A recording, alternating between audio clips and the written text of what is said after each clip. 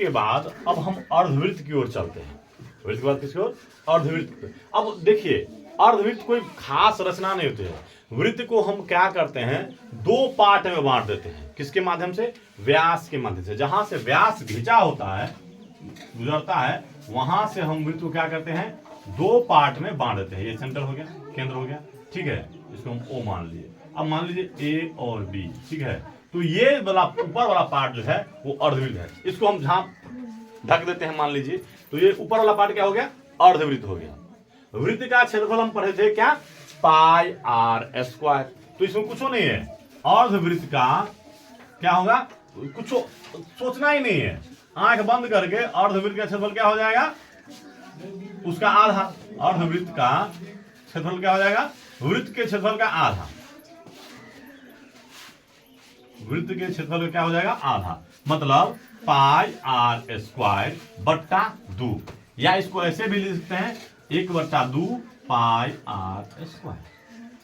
आपको पता होगा कि अगर हम डी से मान लेते हैं, अगर आपको व्यास दिया हुआ हो, त्रिज्या न दिया हो, तो त्रिज्या व्यास को आधा कर दीजिए, या नहीं तो व्यास पे भी हम निकाल सकते हैं। व्यास पे क्या हो जाएगा, व्यास को अगर हम डी से डिनोट करते हैं तो अर्धवृत्त का क्षेत्रफल क्या हो जाएगा, वृत्त का भी क्षेत्रफल निकाल सकते हैं। कैसे, तो हम आपको दिखाते हैं। पहले वृत्त का देख लीजिए। वृत्त का क्षेत्रफल बराबर क्या होगा, अभी हम पढ़े थे पाई आर स्क्वायर। इसको हम ऐसे भी लिख सकते हैं, पाई डी बट्टा 2 का, पाई डी बट्टा 2 का स्क्वायर,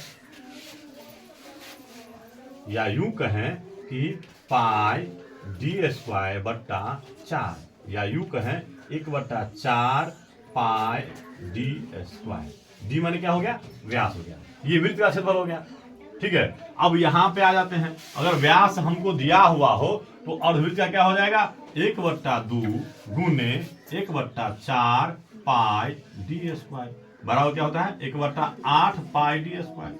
अब हम व्यास पे भी निकाल लिए वृत्त का क्षेत्रफल, अर्धवृत्त का क्षेत्रफल नहीं, अर्धवृत्त का क्षेत्रफल बराबर क्या हो जाएगा, 1/2 गुने वही है 1/2 पाई आर स्क्वायर। तो पाई आर स्क्वायर का निकाल ले, 1/4 पाई डी स्क्वायर। तो उसी का मान यहाँ पे हम रख देते हैं, अर्धवृत्त का क्षेत्रफल बराबर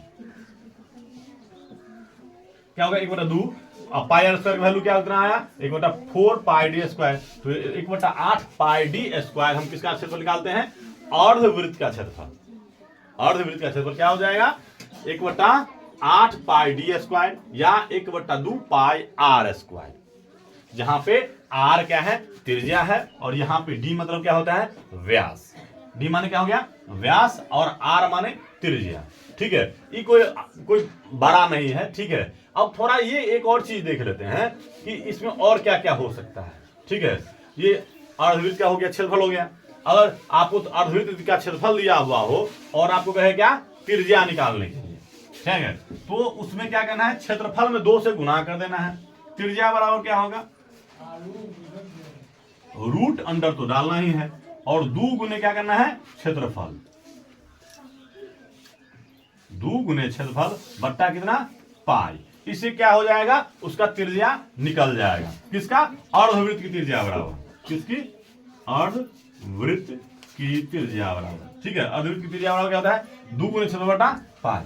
इतना तक समझ लिए, ठीक है।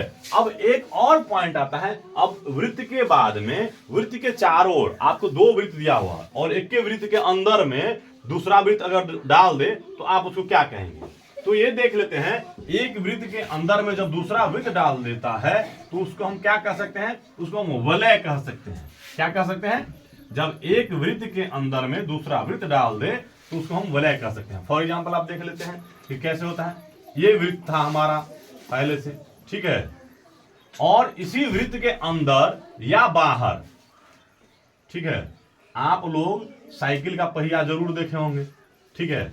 साइकिल के पहिया में बगल में क्या होता है, रिम रहता है। रिम के ऊपर में क्या होता है, एगो चक्का लगा होता है, पहिया में टायर ट्यूब जिसको हम कह सकते हैं। तो ये आपका पहिया हो गया, ये टायर ट्यूब मान लीजिए, ठीक है। तो ये जो पार्ट हुआ यही क्या हो गया, वलय हो गया। अब आपको कहे कि वलय का क्षेत्रफल निकालिए, आपको अगर कहे कि वलय का क्षेत्रफल निकालिए तो कुछ नहीं करना है। देखिए हमारे पास कितने वृत्त हो गए, 2 वृत्त हो गए, एक वृत्त ये हो गया सेंटर से, और एक वृत्त बड़ा वाला वृत्त हो गया। ठीक है, इसको अगर हम बड़े वाले त्रिज्या को हम बड़ा का आर मान लेते हैं, और छोटे वाले त्रिज्या को क्या करते हैं, छोटे का आर मान लेते हैं। ठीक है, तो बड़का वृत्त का क्षेत्रफल माइनस छोटका वृत्त का क्षेत्रफल, यही कह सकते हैं। तो वलय का जो क्षेत्रफल होता है, वलय का क्षेत्रफल अगर संयोगी अक्षर देके हम सुनना देते तो समझ लीजिए कि वही क्षेत्रफल हो गया। ठीक है, वलय का क्षेत्रफल बराबर क्या होता है, इसको हम लिख सकते हैं सिंपल में pi r square minus pi r square. चूंकि पाई यहाँ पे कॉमन है तो पाई हम इसको बाहर निकाल लेते हैं और कॉमन लेते हैं, कोष डालते हैं, बड़का आर स्क्वायर माइनस छोटका आर स्क्वायर, कहीं पे कोई दिक्कत नहीं है। तो इससे हमारा किसका निकल जाएगा क्षेत्रफल, वलय का क्षेत्रफल हमारा निकल जाएगा। ठीक है, अब वलय के बारे में आप लोग अब जान लिए। अब चलते हैं वृत्त के अंदर त्रिज्यखंड के बारे में। किसके बारे में, त्रिज्यखंड के बारे में।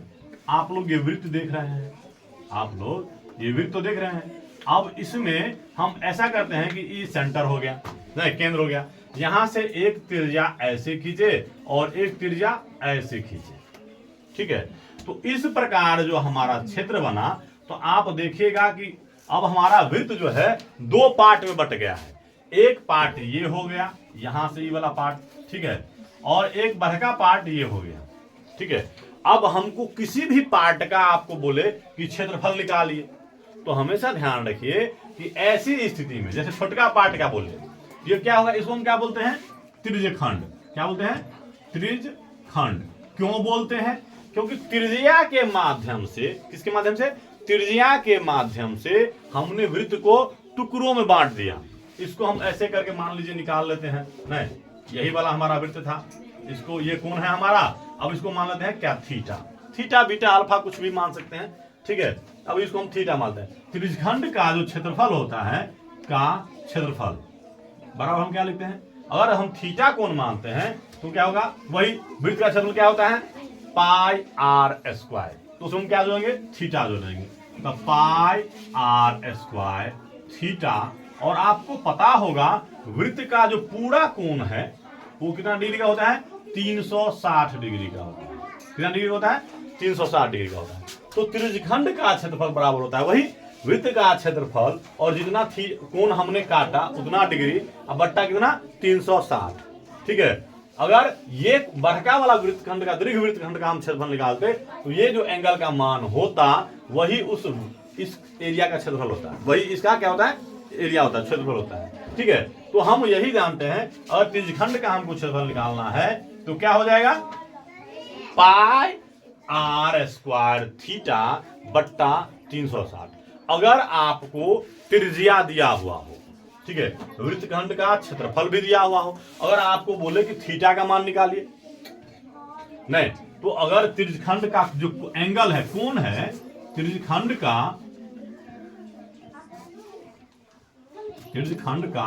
जो कोण है, जिसको हम लोग अभी थीटा कह रहे हैं, कोण बराबर क्या होगा, त्रिज्यखंड का कोण बराबर क्या हो जाएगा, वही अब इसको उलट दीजिए, क्या हो जाएगा, आर दिया हुआ है तो क्या हो जाएगा, जो भी एंगल दिया हुआ है उसको, अब इस क्षेत्रफल को, कोण दिया हुआ है, क्षेत्रफल आपको दिया हुआ है, तो क्षेत्रफल गुने 360 क्या हो जाएगा, क्षेत्रफल गुने 360 बट्टा, क्षेत्रफल गुने 360 बट्टा पाई आर स्क्वायर, बट्टा क्या हो जाएगा, पाई आर स्क्वायर। जो क्षेत्रफल दिया हुआ है त्रिज्यखंड का, उसका क्षेत्रफल बटा 360 गुने पाई आर स्क्वायर। इसके आधार पे इसका कोण भी निकल जाएगा, थीटा का मान निकल जाएगा। अगर आपको कहे कि ये चाप, ये किसको हम क्या बोलते हैं, ये चाप, मान लीजिए यहाँ पे हम ए डाल देते हैं, बी डाल देते हैं और यहाँ पे ओ डाल देते हैं, तो चाप ए बी अगर पूछे, चाप की लंबाई, अगर ये चाप की लंबाई अगर आपसे पूछे तो हम क्या करेंगे, चाप की लंबाई आखिर निकालेंगे कैसे, तो ये हमको संबंध स्थापित करता है पाई द्वारा। तो हम क्या करेंगे, आर दिया हुआ है तो पाई आर थीटा बट्टा, अब क्या करेंगे हम 180 डिग्री से भाग देंगे, इसको आधा। चाप की लंबाई जब हम निकालेंगे तो पाई, ध्यान रखना, अर्धवृत्त में संबंध स्थापित करता है, और वृत्त में संबंध स्थापित करता है, परिधि में संबंध कौन स्थापित करता है, पाई। तो इसको हम कितना डिग्री पे ले चलेंगे, 180 डिग्री पे ले चलेंगे। इससे हमारे किसकी लंबाई निकल जाएगी, चाप की लंबाई निकल जाएगी। तो चाप की लंबाई बराबर क्या होगा, पाई आर, ये क्या है, थीटा है हमारा। जो भी एंगल यहाँ पे बना इसको हम थीटा अभिमान है तो ये हमारा थीटा है, और हम बीटा मानते तो बीटा है, गामा मानते तो गामा, अल्फा जो मानते हैं वो होता है पाई आर थीटा बट्टा कितना 180 डिग्री। हम कहते कहोगे सर जी अभी आप बता रहे थे 360 पे, अभी उसका आधा कर दिए, तो अब ये भी समझिए यहाँ पे हम कर रहे थे स्क्वायर पे, यहाँ पे सीधे सिंगल आर लिए हैं, ठीक है। तो इसको थोड़ा ध्यान में रखिएगा। ये हमारा त्रिज्यखंड का क्षेत्रफल हो गया, चाप की लंबाई होगी और त्रिज्यखंड का कोण हो गया। अब इससे आगे चलते, अभी हमने त्रिज्यखंड के बारे में पढ़ा। त्रिज्यखंड के बाद आता है एक और वृत्तखंड। कहेंगे सर जी त्रिज्यखंड और वृत्तखंड में क्या अंतर है? नहीं, तो आपको हम यही बता देते हैं कि देखिए अभी हम इस लाइन को अगर हटा देते हैं, ये बीच वाला लाइन जो है ये वृत्त है हमारा, ठीक है। वृत्त में अभी जो चाप के साथ एंगल बना है, ये वाला चाप के साथ एंगल बना है, ये हमारा हो गया क्या, त्रिज्यखंड। अब इसको हम क्या करते हैं, त्रिज्यखंड को दो पार्ट में बांटते हैं। क्या क्या है, इस एंगल से लेकर के इस एंगल तक हम एक और रेखा खींच देते हैं। क्या करते हैं, एक और रेखा खींच देते हैं। ए से बी तक जो हम रेखा खींचते हैं यही हमारा क्या हो गया, ओ ए बी। ये क्या हो गया, हमारा वृत्तखंड हो गया। वृत्तखंड क्या हो गया, अगर हम यहां पे लिखते हैं वृत्तखंड क्या हो गया, बराबर क्या है, ओ ए बी। ये हमारा क्या हो गया, वृत्तखंड हो गया। अब फिर चाप के साथ लेते हैं तो क्या हो जाएगा, ये हो गया, चाप के साथ लेते हैं तो त्रिज्यखंड हो गया, और चाप को इधर से छोड़ देते हैं तो वृत्तखंड हो गया। अगर आपसे पूछे जो वृत्तखंड का क्षेत्रफल क्या होता है, तो सिंपल सी बात है, इस एरिया में से इतना क्या कीजिए, घटा लीजिए। कहोगे सर जी कि इस एरिया में से इतना हम कहां से घटाएंगे, इसका मान कैसे पता चलेगा, हमको तो पता नहीं है। जो ये क्या है, जीवा के बाद बाहर वाला पार्ट क्या होता है, हमको कुछ पता नहीं है। तो इसका सिंपल फॉर्मूला होता है, हम अभी देखते हैं, पाई आर स्क्वायर थीटा बट्टा 360 पढ़े थे। किसका क्षेत्रफल है ये, आपका त्रिज्यखंड का क्षेत्रफल है। इसमें से हम क्या करना है, minus 1/2 R square, 1/2 R square क्या, साइन थीटा, क्या साइन थीटा, इतना इसमें से घटा लीजिए, इसका क्षेत्रफल हो जाएगा। या इसको हम और थोड़ा संक्षेप कर सकते हैं, वृत्तखंड का क्षेत्रफल बराबर होता है, वृत्तखंड का क्षेत्रफल बराबर होता है किसके, 1/2 को छोड़िए, अब क्या लेते हैं, आर को हम लेते हैं बाहर, आर स्क्वायर, बट ये क्या हो जाएगा, आर स्क्वायर बाहर आ गया तो गया पाई थीटा बट्टा 360 माइनस क्या हो जाएगा, 1/2 साइन थीटा। क्या होता है, आर स्क्वायर को अगर हम बाहर ले लेते हैं तो क्या हो जाता है, और थीटा का मान जानबे करते हैं डिग्री होता है, ये एंगल का मान है, ये जो हम थीटा माने थे यही एंगल का मान होता है, ठीक है। तो आप देख लिए क्या होता है, तो वृत्तखंड का क्षेत्रफल क्या होता है, R square into pi theta बटा 360 माइनस 1/2 साइन थीटा। जो इस पाठ का जो पहले का फर्स्ट में हमको समझना है, जो वृत्त से संबंधित क्षेत्र में आखिर हमको किस किस से क्वेश्चन आ सकता है, तो आप लोग ध्यान रखें। इसमें से हर बार कहना संभव नहीं है, कभी कभी 1 या 2 क्वेश्चन बोर्ड परीक्षा में पूछे जाते हैं, तो इसको आप एक बार जरूर देख लीजिएगा, ध्यान दीजिएगा। अब हम अगले वीडियो के माध्यम से इसमें जो भी महत्वपूर्ण प्रश्न है, किस टाइप के प्रश्न बोर्ड परीक्षा में आते हैं, उसका मैं विश्लेषण करूंगा। आज के लिए बस इतना ही, धन्यवाद।